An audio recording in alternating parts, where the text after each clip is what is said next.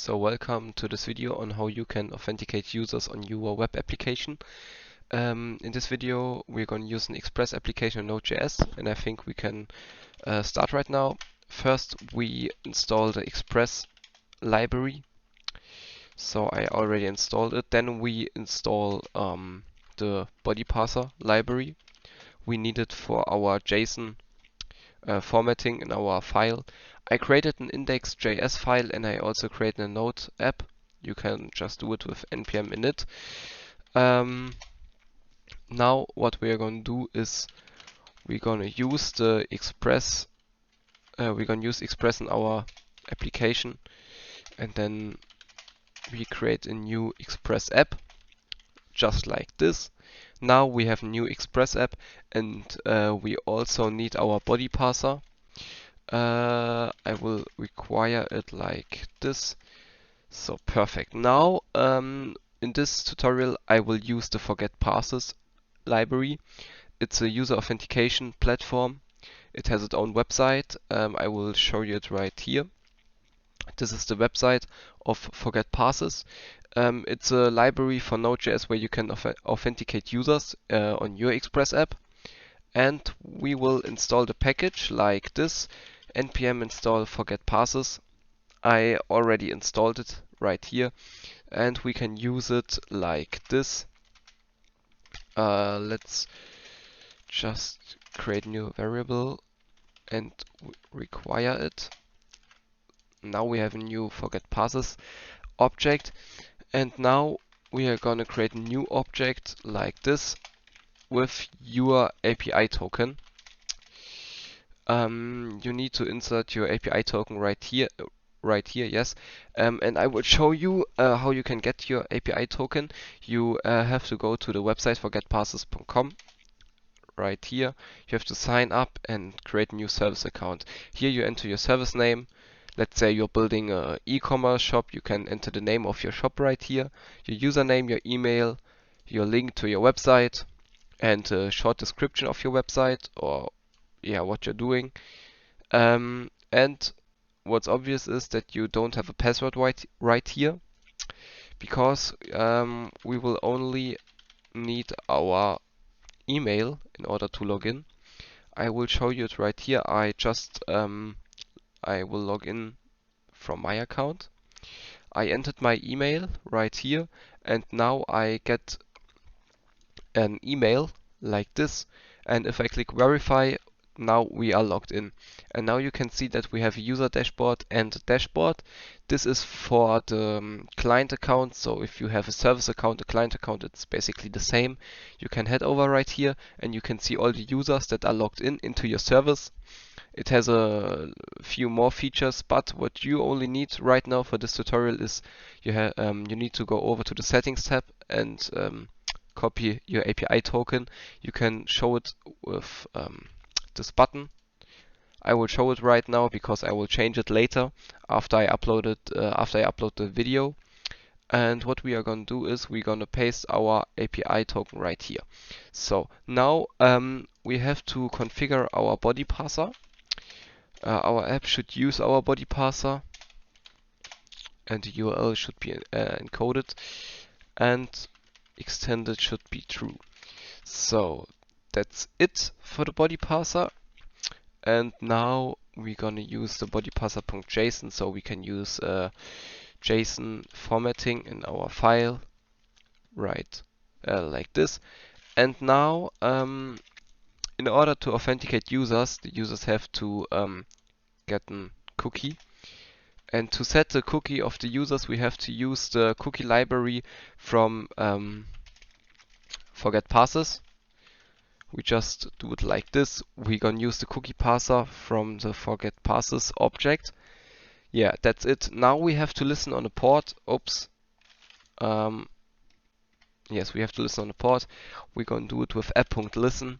Then you have to enter your port, and I want to print out listening on port, so like this. Now if we start, if we run our Node.js application, our Express app will listen on this port. Okay, so now we want to validate our API token and check if everything is working. For this, I will create a new get request. It's an async function because all the functions of the ForgetPasses library are async.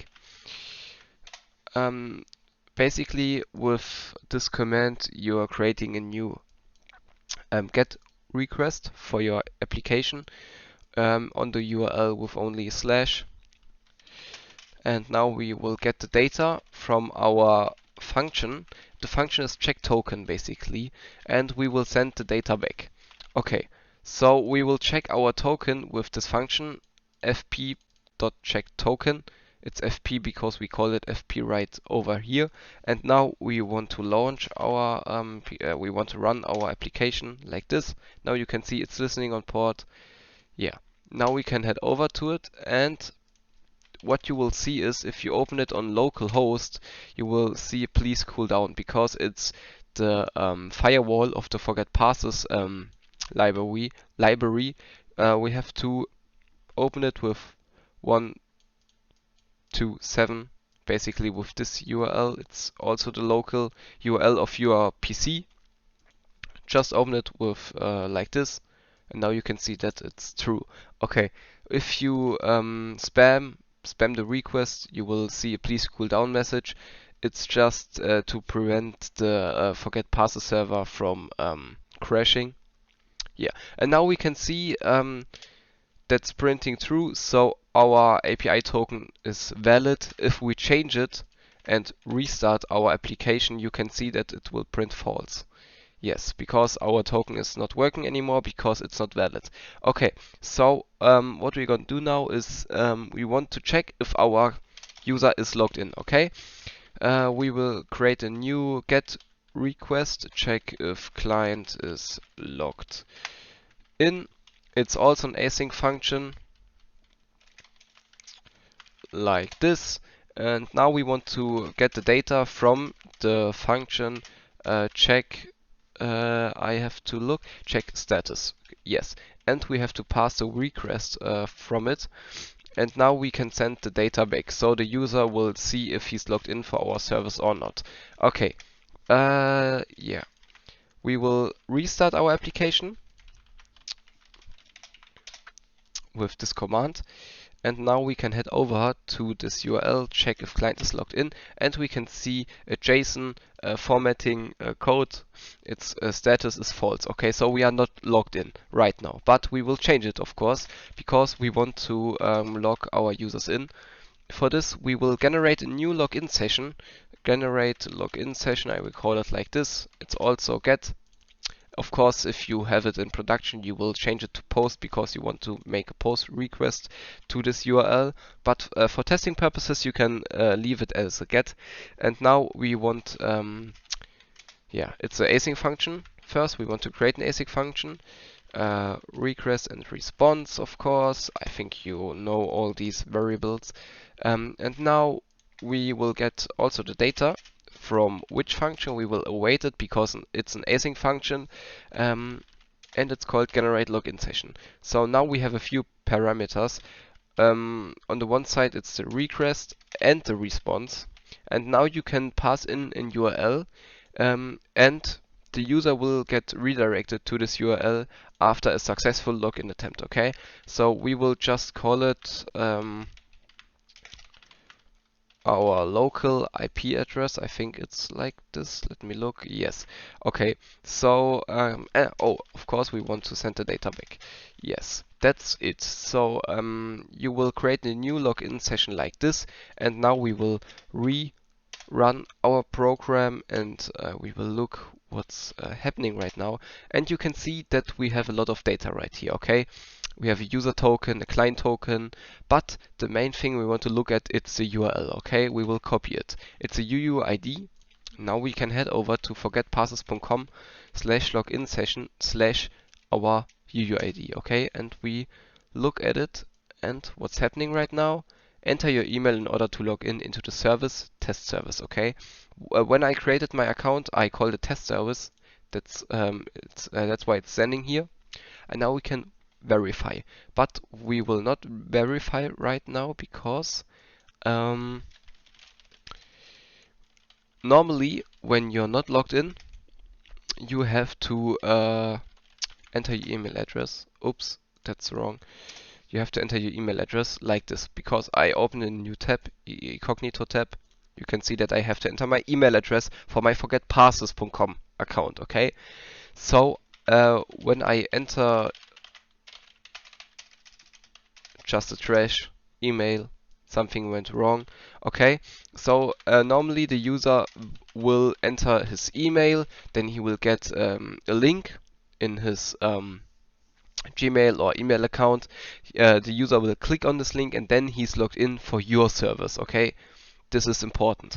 But if the user is logged in, like me, you can see that I'm logged in right now, and if I open this link as a logged in user on the ForgetPasses.com page, I will only have to click a verify button. I will click it, you will see you will be redirected shortly. Okay, we wait a few seconds and then you can see, okay, because it's HTTPS, it's not working. We have to change it to HTTP. If we create a new login session, we will get redirected to the right URL, of course, but we want to check if our user is now logged in. We will check it with this URL, and what you can see is that we are now logged in.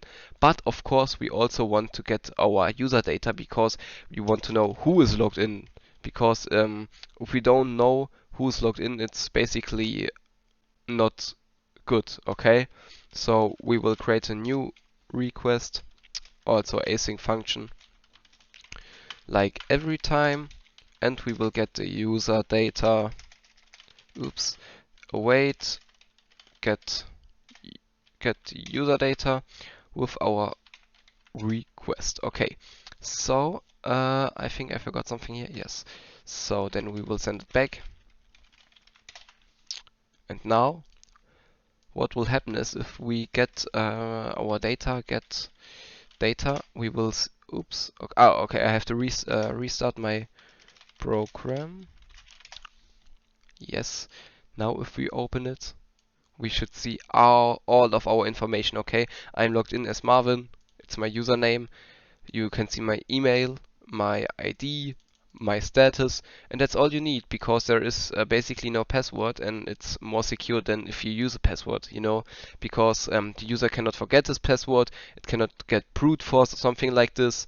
Yes, and that's it. So like this you can create a simple authentication system. In the next video I will show you how you can implement it into your React app or HTML website, something like this. I will show you it in the next video, but this is basically the basics you need in order to authenticate users with our package. I hope you liked it. If you have any questions, let me know down in the comments, and see you in the next video. Bye.